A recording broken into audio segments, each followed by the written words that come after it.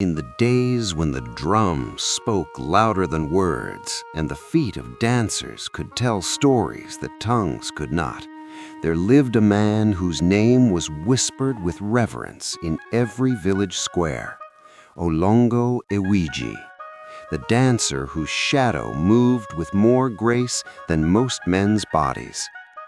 From the eastern markets to the western farmlands, from the northern hills to the southern rivers, his name carried weight like gold, and his reputation preceded him like the sweet smell of roasting yams on a festival day.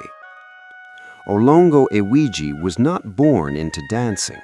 His father had been a farmer, his grandfather before him a blacksmith.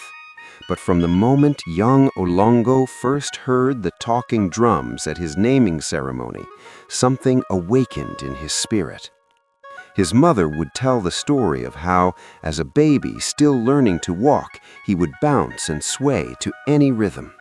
The pounding of yam in the mortar, the rhythmic chopping of firewood, even the steady sound of his mother's hands shaping clay pots. By the time Olongo reached manhood, his skills had surpassed every dancer in his village. He moved with a fluidity that seemed to defy the very bones and joints that held other men rigid. When he danced, it was as if water had taken human form, as if wind had decided to put on flesh and show the world what freedom looked like. The elders would say that surely the gods had blessed him, that Oya herself, the spirit of the wind and change, must have breathed her essence into his limbs. His first competition came during the harvest festival when he was barely 16 years old. Dancers from 3 neighboring villages had gathered, each one confident, each one practiced. But when Olongo Ewiji stepped into the circle, when his feet began their conversation with the earth, and his body became an instrument for the drums, the crowd fell silent. Then, like thunder following lightning, the applause came. It crashed over him in waves, and the chief judge, an old dancer himself who had seen 50 harvests, declared that he had witnessed something rare, a dancer who did not merely perform movements, but who became the dance itself.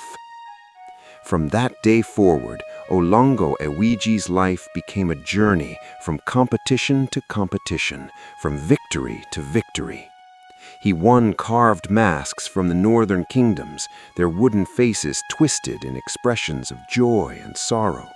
He won woven cloths dyed in the rarest indigos, colors so deep they seemed to hold the night sky within their threads. He won bronze anklets that sang with every step, creating music even when the drums were silent. He won clay pots filled with cowrie shells, enough wealth to make him comfortable, enough to build a fine compound for himself and his wife, Adana. The people loved him. Children would follow him through the market, trying to imitate his walk, his gestures, the casual grace with which he moved through the world. Young men would beg him for lessons, for just a few words of wisdom about how to make their bodies obey the rhythm. Women would blush and giggle when he passed, for Olongo was not just talented. He was handsome too, with strong shoulders and kind eyes and a smile that could light up the darkest corner. But with all this adoration, something subtle began to change in Olongo Ewiji. It was not obvious at first, not even to himself. It started with small things. The way he would nod when people praised him, as if their words were simply confirming what he already knew. The way he stopped asking the older dancers for advice, stopped studying the techniques of others. The way he began to believe that his talent was something that belonged to him alone, something he had created rather than something that had been given to him as a gift. His wife, Adana, noticed. She was a wise woman, patient and observant. She saw how her husband's confidence was slowly transforming into something else, something harder and less beautiful. But she said nothing, for she loved him and did not wish to diminish his joy in his accomplishments.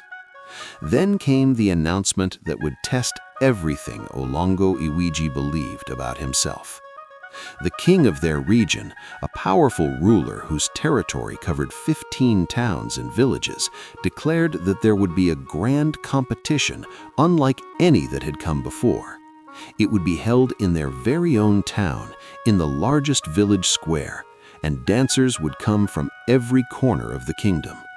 The prize was extraordinary, not just the usual gifts and honors, but a parcel of land near the river, fertile and rich, enough to secure a family's prosperity for generations. More than that, the winner would be named the king's official dancer, a title that came with responsibilities and privileges beyond measure. The news spread like wildfire. In every town and village, dancers began preparing. They practiced from sunrise to sunset, perfecting their techniques, inventing new movements, consulting with drummers to create rhythms that would showcase their abilities. The competition was set for the next full moon, giving everyone exactly 1 month to prepare. Olongo Ewiji heard the news while sitting in his compound, polishing one of his many trophies. He smiled to himself, a slow, confident smile. Another competition, another certain victory. He barely even felt the flutter of excitement anymore. Winning had become so routine, so expected, that it was like waking up to the sunrise, inevitable, natural, unremarkable in its certainty. Adana watched her husband's reaction with growing unease. That evening, as they sat together eating their meal of pounded yam and egusi soup, she spoke carefully. "Husband," she said, "perhaps for this competition you should consult Ifa. The stakes are higher than ever before, and they say dancers of tremendous skill are coming from far away." Olongo Ewiji laughed, not unkindly, but with the casual dismissiveness of a man who has forgotten what uncertainty feels like. Consult Ifa, my dear wife, for what purpose? To be told what I already know? That I am blessed? That I will win? My legs are my Ifa. My rhythm is my oracle. I need no diviner to confirm what my body already understands. Adana pressed her lips together but said nothing more. She knew her husband's moods, knew when to speak and when to remain silent, but her heart was troubled. The next day, unable to shake her worry, Adana went herself to the shrine of Ifa. She brought kola nuts and palm wine, and she knelt before the Babalawo, the priest who could read the messages of the oracle. The old man's eyes were kind but penetrating, as if they could see not just her face, but the concerns written on her heart. "I have come on behalf of my husband, Olongo Ewiji," she said quietly. "There is a great competition coming, and I fear his confidence may be misplaced." The Babalawo nodded slowly and reached for his divining chain, the sacred opale that would reveal Ifa's wisdom. He cast it once, twice, 3 times, studying the patterns with the intensity of a man reading a letter from the gods themselves. His face grew serious. "The oracle speaks clearly," he said at last. "Your husband has great talent, this is true, but talent alone will not carry him through what is coming. He must make sacrifice. He must offer a white cockerel, kola nuts, palm oil, and honey to Esu at the crossroads. He must acknowledge that his gifts come not from himself alone, but from the divine source of all talent. Without this sacrifice, without this humility, he will taste defeat for the first time in his life, and the lesson will be bitter." Adana's hands trembled as she listened. She thanked the Babalawo, left the required offerings, and hurried home. That evening she told her husband everything the oracle had revealed. Olongo Ewiji listened with a half-smile playing at the corners of his mouth. When Adana finished speaking, he shook his head. "My dear wife, I respect your concern. I truly do. But these diviners, they make their living by making people afraid, by convincing them that disaster lurks around every corner unless they offer this or sacrifice that. I have competed in 27 competitions, 27, and I have won every single one, without consulting Ifa, without making sacrifices. My talent is real. It exists in my muscles, in my bones, in my understanding of rhythm and movement. It is not something that can be taken away by spirits or granted by sacrifices. But husband, no, Adana. I will prepare for this competition as I have prepared for all the others, with practice, with discipline, with the confidence that comes from knowing my own abilities. I will not waste a perfectly good cockerel on superstition. And so it was decided. Adana said no more, though she prayed privately to the gods, asking them to protect her husband from his own pride.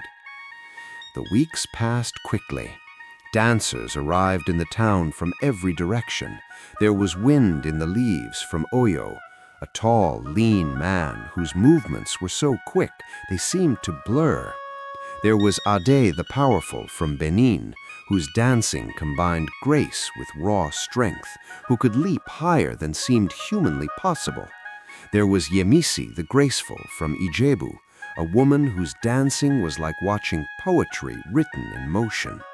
And there were dozens of others, each one accomplished, each one hungry for victory. The town buzzed with excitement. Market women debated the merits of different dancers. Children imitated their favorite competitors in the streets. The blacksmith forged special bells and rattles for the performers. The drummers from all the visiting towns practiced together, creating rhythms that made the very air vibrate with anticipation. Olongo Ewiji watched it all with calm assurance. He practiced, yes, but not with the desperate intensity of the others. He had no need for desperation. He knew his worth. The day of the competition arrived bright and clear, the sky a perfect blue unmarred by clouds. The village square had been transformed. Rows of benches surrounded a large circular area that had been swept clean and marked with white chalk.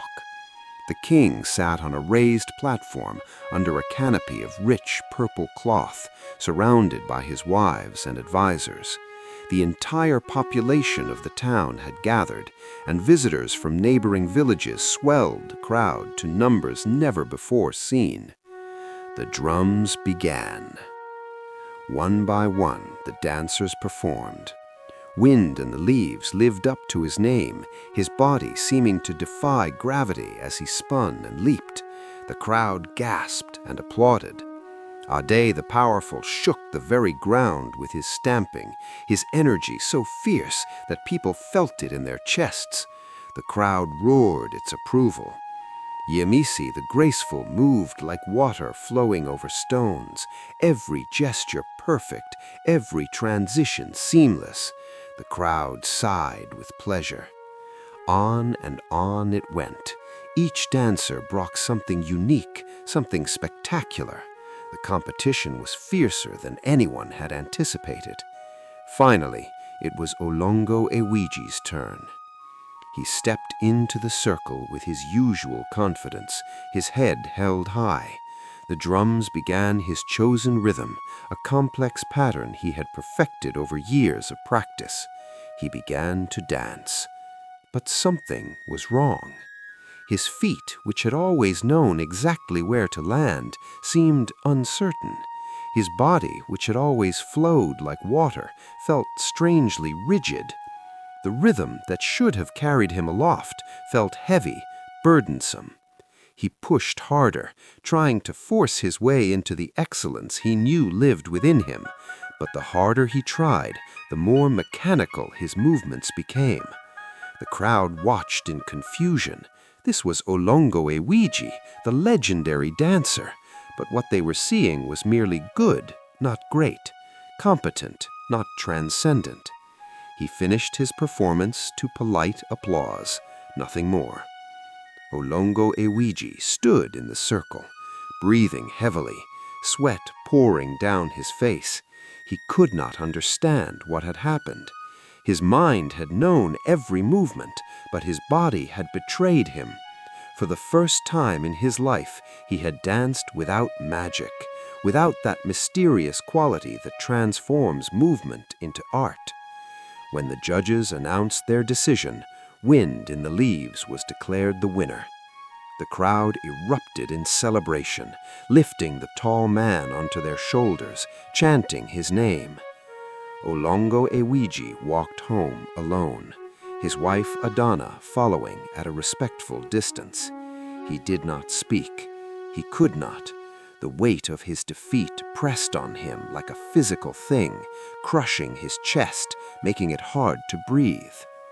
That night, sitting in his compound, surrounded by all his trophies and awards, Olongo Ewiji finally understood.